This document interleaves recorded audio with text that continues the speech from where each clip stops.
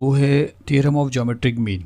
तो चलिए ये थियरम हमको क्या फॉर्मूला देता है वो हमको समझना है। तो देखिए यहाँ इसको कहाँ पे हम अप्लाई करेंगे। तो थियरम ऑफ ज्योमेट्रिक मीन के लिए आपके पास सबसे पहले एक राइट एंगल ट्राइंगल होना चाहिए।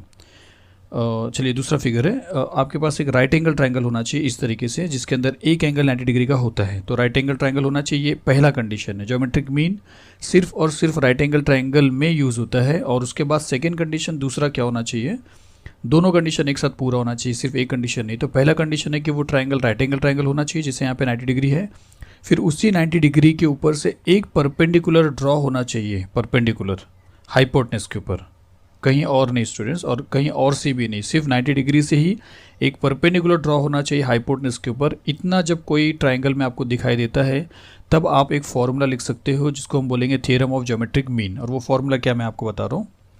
देखिए वो फॉर्मूला है कि ये जो आपने परपेंडिकुलर ड्रॉ किया था एन क्यू, उसका स्क्वायर, एन क्यू का स्क्वायर इज़ इक्वल टू, फिर आपको हाइपोटेनस का जो दो पार्ट है, एक और ये एक, चाहे कोई भी आप ले लीजिए, मल्टीप्लाई करना है, मतलब M Q multiply by Q P, या आप Q P multiply by M Q बोलिए। प्लस नहीं स्टूडेंट्स, मल्टीप्लिकेशन है, और ना ही यहाँ पे स्क्वायर है। स्टूडेंट्स मिस्टेक करते हैं, यहाँ पे भी स्क्वायर लेते हैं, यहाँ पे और यहाँ पे भी स्क्वायर लेते हैं, या तो कहीं कहीं यहाँ पे स्क्वायर लेते हैं और यहाँ पे प्लस कर देते हैं। तो ये आपको अच्छी तरह समझना है, तब आपको समझेगा। तो इस तरीके से ट्राइंगल था। अब इसी चीज़ को अगर हम यहाँ पे अप्लाई करेंगे तो पहला है कि ये जो ट्राइंगल है बड़ा वाला, ये एक राइट एंगल ट्राइंगल है, तो पहला कंडीशन हमारा सेटिस्फाई हो रहा है। दूसरा कि उसी 90 डिग्री से एक परपेंडिकुलर ड्रॉ हुआ है हाइपोटेनस के ऊपर, क्योंकि इसका हाइपोटेनस यहाँ पे नीचे है, तो सेकेंड कंडीशन भी सेटिस्फाई हो रहा है। तो अब यहाँ पे फॉर्मूला क्या मिलेगा, तो यहाँ पे ये जो परपेंडिकुलर ड्रॉ किए थे उसका स्क्वायर, मतलब पी एम का स्क्वायर इज़ इक्वल टू, फिर आप Q M multiply by M R लिखिए या M R multiply by Q M लिखिए। तो Q M multiply by M R, तो ये है ज्योमेट्रिक मीन। तो आप कभी भी अगर ये चीज़ देखते हो कोई भी ट्राइंगल के अंदर, तो ज्योमेट्रिक मीन का जो फॉर्मूला है वो लिख सकते हो। तो वही चीज़ हमको यहाँ पे करना है जो हमारा फर्स्ट क्वेश्चन है, मतलब सेकंड क्वेश्चन है। तो यहाँ पे क्या लिखा देखिए कि इन फिगर 2.17, मतलब ये फिगर में angle M N P is equal to 90 degree. तो पहले लोग ने बता दिया कि angle M N P 90 degree है, मतलब इस ट्राइंगल में ये एक एंगल 90 डिग्री का हो गया है। और सेकेंड देखिए एन क्यू जो है वही 90 डिग्री से एक परपेंडिकुलर ड्रॉ भी हुआ है, किसके ऊपर, एम पी के ऊपर। तो उसके बाद वैल्यूज़ दिया है, तो वैल्यू क्या क्या है मैं आपको लिख के बता रहा हूँ। देखिए एम क्यू आपको दिया है 9 और क्यू पी आपको दिया है 4, और आपसे पूछा है एन क्यू ये वाला। तो ये जो कंडीशन अभी देखा हमने, ये पूरा का पूरा ज्योमेट्रिक मीन का जो थियरम है उससे मैच हो रहा है, तो हम वही फॉर्मूला अप्लाई करेंगे। तो यहाँ पे हम लिखते हैं, पहले आप कंडीशन बताइए कि in triangle M N P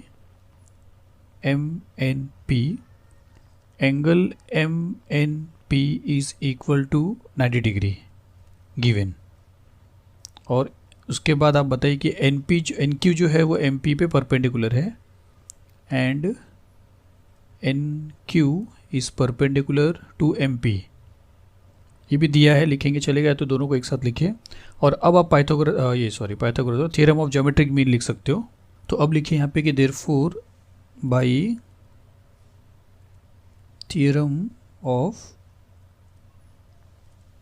geometric mean, और अब आप फॉर्मूला लिखिए। तो क्या फॉर्मूला आएगा देखिए, ये जो परपेंडिकुलर ड्रॉ होता है इसका स्क्वायर, मतलब एन क्यू का square which is equal to, फिर इन दोनों का प्रोडक्ट, मतलब M Q multiply by Q P. तो M Q multiply by Q P. अब इसमें वैल्यू किसका दिया देखिए, एन क्यू तो हमसे पूछा है तो उसका वैल्यू नहीं दिया, लेकिन एम क्यू आपके पास है 9, तो यहाँ पे लिखिए 9 मल्टीप्लाई बाय क्यू पी आपके पास 4, तो यहाँ पे लिखिए 4। तो 9 इंटू 4 आपको मिल जाएगा 36। तो एन क्यू का स्क्वायर आपको 36 मिला है, तो एन क्यू आपको क्या मिल जाएगा, स्क्वायर रूट ऑफ 36, और जिसका मतलब है therefore N Q is 6। Negative यहाँ पे नहीं ले सकते क्योंकि ये साइड है। तो देखिए आपको एन क्यू मिल गया। तो ये था आपका सेकंड क्वेश्चन। अब इसी तरह थर्ड क्वेश्चन भी है, तो चलिए थर्ड क्वेश्चन देखते हैं। यहाँ पे क्या लिखा गया, इन फिगर 2.18, मतलब इस फिगर में angle Q P R is 90 degree. Angle Q P R जो है वो 90 डिग्री है। फिर देखिए segment P M is perpendicular to Q R. तो सेगमेंट पी एम जो है वो क्यू आर पे परपेंडिकुलर है, डायग्राम में नहीं दिया लेकिन यहाँ पे अगर क्वेश्चन में दिया है तो कोई बात नहीं, तो यहाँ पे हम ड्रॉ भी करेंगे, नहीं भी ड्रॉ करेंगे तो भी चलेगा। तो ये एक कंडीशन, तो देखिए दोनों कंडीशन जो है ज्योमेट्रिक मीन के थ्योरम को फॉलो कर रहा है। आगे क्या लिखा है कि क्यू एम आर मतलब तीनों पॉइंट को लीनियर है, क्यू एम आर तीनों एक स्ट्रेट लाइन में आ रहे हैं। फिर पी एम का वैल्यू आपको 10 दिया है, यहाँ पे लिखा हुआ है। क्यू एम आपको 8 दिया, यहाँ पे लिखा हुआ है। क्यू आर पूछा है, देखिए अब यहाँ पे एम आर नहीं पूछा है, क्योंकि फॉर्मूला जब हम अप्लाई करेंगे तो हमको एम आर मिलेगा, लेकिन हमेशा क्वेश्चन इतना सिंपल नहीं रहेगा, आपसे क्यू आर पूछा है। तो आपको एक बार एम आर मिल जाएगा तो आप क्यू एम और एम आर को प्लस कर दोगे तो आपको क्यू आर मिल जाएगा। तो चलिए शुरू करते हैं। तो आप फिर से वही बताओगे जैसा पीछे किया था, लिखोगे in triangle P Q R angle Q P R is equal to 90 degree, और दूसरा and P M is perpendicular to Q R, P M is perpendicular to Q R. और दोनों का रीज़न बता दी कि दिया हुआ है, इसके लिए हम लिख देते हैं गिवन। और इतने रीज़न के बाद अब आप theorem of geometric mean apply कर सकते हो। और हम लिखेंगे therefore by theorem of geometric mean, और फिर फॉर्मूला लिखते हैं। तो फॉर्मूला क्या होगा, ये जो परपेंडिकुलर ड्रॉ किया था उसका स्क्वायर मतलब पी एम का square which is equal to फिर इनका product Q M multiply by M R. तो Q M multiply by M R, तो पी एम हमारे पास है 10, तो यहाँ पे लिखेंगे 10 का square which is equal to Q M वो भी है तो 8 लिखेंगे मल्टीप्लाई बाय एम आर हमारे पास नहीं है तो एम आर लिखेंगे।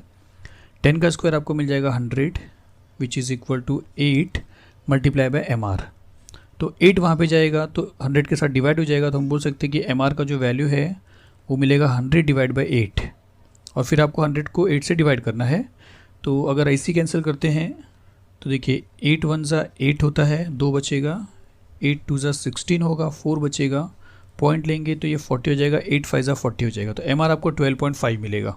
तो आप यहाँ पे लिख सकते हो देयरफॉर एम आर जो है वो आपको मिला है 12.5, लेकिन हमसे एम आर नहीं पूछा है, क्यू आर पूछा है। तो हम ये कंडीशन बता के क्यू आर निकाल सकते हैं।